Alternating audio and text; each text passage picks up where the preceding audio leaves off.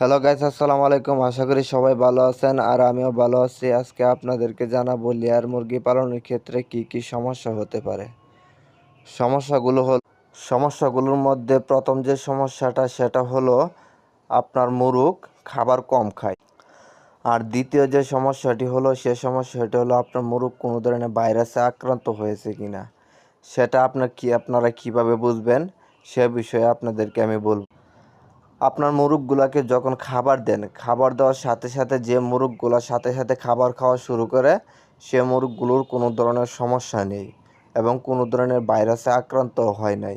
আর যে মুরগগুলো মনে করেন খাবার দেওয়ার পরে খাবার খায় না, বসে থাকে, হয়তো 2-4টা ঠুট দেয়, ঠুট দেওয়ার পরে মনে করেন খাবার খায় না, সে মুরগগুলো অবশ্যই খাদ্যস্থলিতে সমস্যা আছে, না হয় ভাইরাসে আক্রান্ত হয়েছে। তাই আপনাদেরকে বলবো অতি দ্রুত আপনাদের আশেপাশে যদি কোনো বিশেষজ্ঞ ডাক্তার থেকে থাকে তাদের সাথে অবশ্যই আপনি পরামর্শ নিন।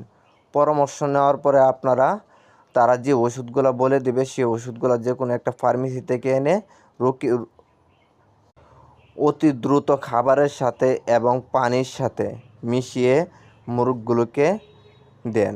তা না হলে কিন্তু আপনার ধীরে ধীরে মনে করেন এখন 2টা 4টা মরতেছে, দেখবেন ধীরে ধীরে 4টা 5টা করে মরবে, পরে আস্তে আস্তে দেখবেন আপনার পুরো সব মুরগে ভাইরাসে আক্রান্ত হয়ে যাবে। তাই অতি দ্রুত যে কোনো ডাক্তারের সাথে পরামর্শ নেন। পরামর্শ নেওয়ার পরে আপনার মুরগটা কী সমস্যা হয়েছে সেটার বিষয়ে জানার পরে ডাক্তারে যখন আপনাকে ওষুধ লিখে দেবে সেই ওষুধগুলা মুরগকে সেবন করান। আর মনে করেন যে মুরগগুলা খাবার কম খায় সে মুরগগুলাকে আপনারা যথাযথ সম্ভব যতটুকু পারেন মনে করেন সে জায়গাগুলো বারবার করে হাত দেন। পাইপগুলোর মধ্যে যখন হাত দিবেন তারা দেখবেন 2টা 4টা বা 5বার 6বার করে ঠুর দেবে। যখন বারবার করে হাত দেবেন একটু পরে পরে তখন দেখবেন মুরগগুলো আস্তে আস্তে খাবার খাবে। তখন আস্তে আস্তে ধীরে ধীরে মনে করেন আপনার সমস্যাগুলো একটু একটু করে কমতে থাকবে। আর সাথে মনে করেন ওষুধ সেবন করাতেই হবে। আর একটা কথা না বললেই নেই, সে কথাটা হলো আপনার প্রোডাকশন কমে যাওয়া। ডিমের প্রোডাকশন কমে গেলে কিন্তু খুবই চিন্তিত থাকে মানুষ।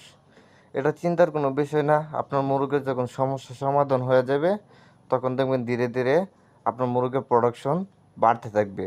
তাই আজকের মতো শেষ করলাম। অবশ্যই ভালো থাকবেন সবাই।